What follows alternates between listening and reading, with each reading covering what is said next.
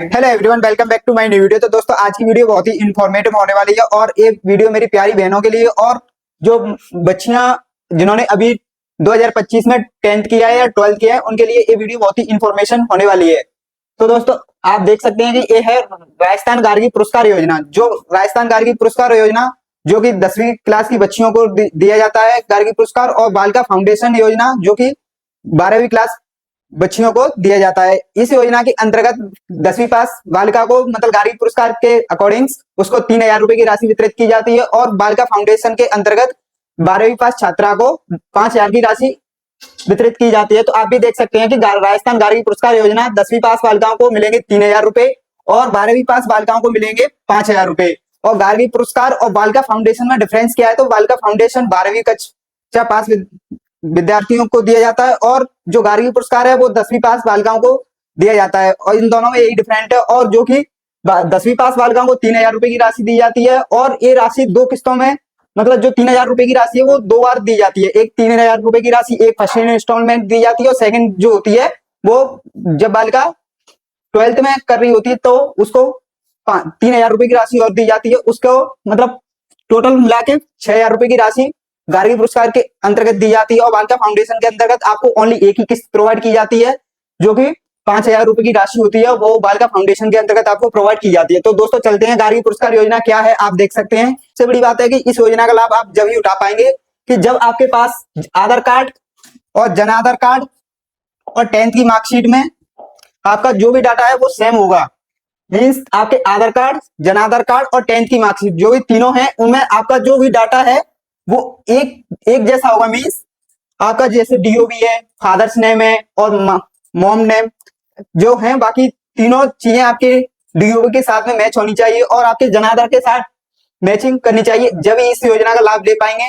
और साथ ही साथ इसमें भी मेंशन किया गया है कि the same date of birth, father's name and mother's name should be the same in the Aadhaar card, Jan Aadhaar card and 10th की मार्कशीट। तो इस योजना का जब ही आप उपयोग कर सकते हैं कि आपका जो डाटा है वो तीनों डॉक्यूमेंट्स में सेम होना चाहिए। जैसे कि आधार कार्ड में आपका डाटा सेम होना चाहिए, जन आधार कार्ड में आपका डाटा सेम होना चाहिए, और साथ ही साथ आपकी 10th की मार्कशीट में भी आपका डाटा सेम होगा, जब भी आप इस योजना के लिए एलिजिबल हो। अगर आप इस तीनों में कोई ना कोई डिफरेंट है कि या फादर्स नेम में डिफरेंट है या मदर्स नेम में डिफरेंट है या आपकी जन आधार कार्ड के नाम में डिफरेंस है, तो आप इस योजना के लिए एलिजिबल नहीं होंगे। और साथ ही साथ आपके जन आधार कार्ड के साथ में एक बैंक लिंक होना चाहिए, और आपके जन आधार कार्ड के साथ अगर बैंक लिंक नहीं होती है तब भी आप इस योजना का फॉर्म नहीं भर पाएंगे। ठीक है, तो आप देख सकते हैं कि the Jan Aadhaar card should be also linked with account. तो इसमें सिंपल सी एक कंप्लीट मेंशन किया गया है कि आपके जन आधार कार्ड के साथ में आपकी बैंक पासबुक लिंक होनी चाहिए, तभी आप इस योजना का फॉर्म फिलअप कर सकते हैं। अगर आपके जन आधार कार्ड के साथ में आपकी बैंक पासबुक लिंक नहीं है तो आप इस योजना के लिए एलिजिबल नहीं है। और साथ ही साथ जो 3,000 रुपए की राशि और जो 5,000 रुपए की राशि आपको प्रोवाइड की जाती है वो आपको राशि नहीं आएगी। और साथ ही साथ आपको बताना चाहूंगा कि आप इसके साथ ही अगर आप इस योजना के लिए फॉर्म भरते हैं और फॉर्म भरते समय आपको यह जानकारी होनी चाहिए कि जो आप अकाउंट जैसे आपके जन आधार कार्ड के साथ में जिस भी बालिका का अकाउंट है वो लिंक है वो कंप्लीट एक्टिवेट होना चाहिए। अगर एक्टिवेट नहीं है तो जो आपका पैसा होता है वो होल्ड पे रख दिया जाता है।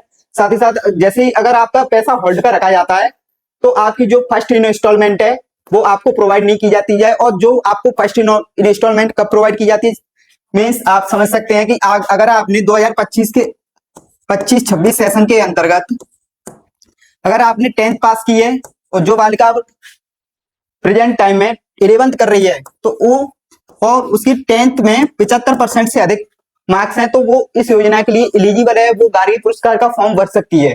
साथ ही साथ अगर इसी के अकॉर्डिंग जैसे कि देखा जाए कि 12th में कितनी में 12th 2025 में 75% कितना 75% एबव है तो आप इस योजना के लिए एलिजिबल है। और अगर 12th में 2025 में 75% से ज्यादा मार्क्स हैं तो आप इस योजना में फॉर्म लगा सकते हैं। साथ ही साथ इसमें जो राशि प्रोवाइड की जाएगी वो आपको 5,000 रुपए की राशि एक ही किस्त में आपको दी जाएगी। और जो गार्गी पुरस्कार के अंतर्गत जो 75% से अधिक जिन बालिकाओं के 2025 के सेशन में 75% से अधिक बने हैं वो इस योजना के लिए एलिजिबल है, वो अपना फॉर्म भर दें। अब फॉर्म भरने की प्रोसेस को यहाँ पे कंप्लीटली चेंज कर दिया गया है।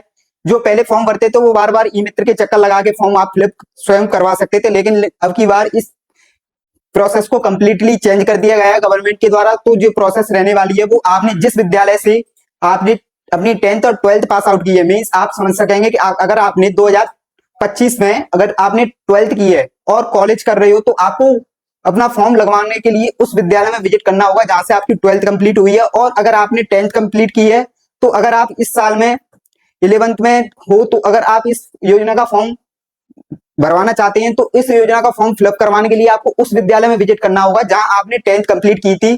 तो जो पहले प्रोसेस था वो आप डायरेक्ट पोर्टल से भर सकते थे, लेकिन अब की बार जो कंप्लीट प्रोसेस है वो उसको चेंज कर दिया गया और ये स्कूल बेस पे कंप्लीट प्रोसेस को प्रोवाइड कर दिया गया है। जहां से आपने स्कूल किया है या 10th किया है या 12th किया है वहां से आपको फॉर्म लगाना पड़ेगा। अब ये जो फॉर्म है वो कंप्लीटली आपके शाला दरपट से भरे जाएंगे और वो शाला दरपट से भरे जाएंगे, वो भी स्कूल लेवल पर भरे जाएंगे। काफी विद्यार्थियों के मन में ये चल रहा होगा कि जो फॉर्म है हमारे वो कैसे भरे जाएंगे, अभी बार कोई वो नहीं आ रहा है, ना तो पोर्टल पे कुछ बताया जा रहा है। अगर आप पोर्टल पे भी विजिट करते हैं तो आपको पोर्टल पे कोई सिंपली जो 2024 का डाटा है वो बताया जा रहा है। पोर्टल भी आज वर्क नहीं कर रहा है और जो 2024 का 2023 का जो भी प्रमाण पत्र थे वो रिलीज कर दिए गए हैं, आप वहां पे शो अप कर सकते हैं। बट जो आप 2024 के अंतर्गत जिन बालिकाओं ने फर्स्ट किस्त का पैसा उठा लिया है वो सेकंड किस्त के लिए अब एलिजिबल है, यानी कि 2024 में उन्होंने 10th किया था और 12th अब 11th में है तो वो अब सेकंड किस्त के लिए अप्लाई कर सकती हैं। और जिन बालिकाओं ने 2025 में 12th किया है तो अगर वो कॉलेज कर रही हैं तो वो अब फॉर्म लगा सकती हैं और वो फॉर्म वहीं से लगा सकती हैं। अब तो कॉलेज चल रहा है, कॉलेज जहां से उन्होंने स्कूल की थी या 12th पास आउट की थी वहां से वो फॉर्म लगा सकती हैं। और नेक्स्ट स्टेप देखते हैं कि और इसी योजना में मैंने आपको अभी बताया कि आप इस फॉर्म भरने के लिए तभी एलिजिबल होंगे जो आपका डाटा है वो कंप्लीटली आधार कार्ड, जन आधार कार्ड और मार्कशीट के तीनों में सेम होना चाहिए, जब आप इस योजना के लिए फॉर्म भर सकते हैं। तो चलते हैं नेक्स्ट पेज पर जिसमें आपको मैं बताने वाला हूं कि जो फॉर्म है वो कैसे फिलअप किया जाएगा। तो आप जो फॉर्म है वो आपको बता दें, इस फॉर्म की जो डेट स्टार्ट होने वाली है वो 19 नवंबर से हो चुकी है। कितने नवंबर से? 19 नवंबर से आप इस योजना में फॉर्म भरवा सकते हैं। आज 21 नवंबर हो गया और इसकी जो लास्ट डेट रहने वाली है वो रहने वाली है 15 दिसंबर। आप 15 दिसंबर तक आप इस योजना के लिए फॉर्म भर सकते हैं। ठीक है, 21 नवंबर को ये वीडियो बन रही है और 19 नवंबर से आपके जो फॉर्म थे वो स्टार्ट हो चुके हैं। तो जो फॉर्म भरवाने के लिए आपको कहाँ पे विजिट करना होगा?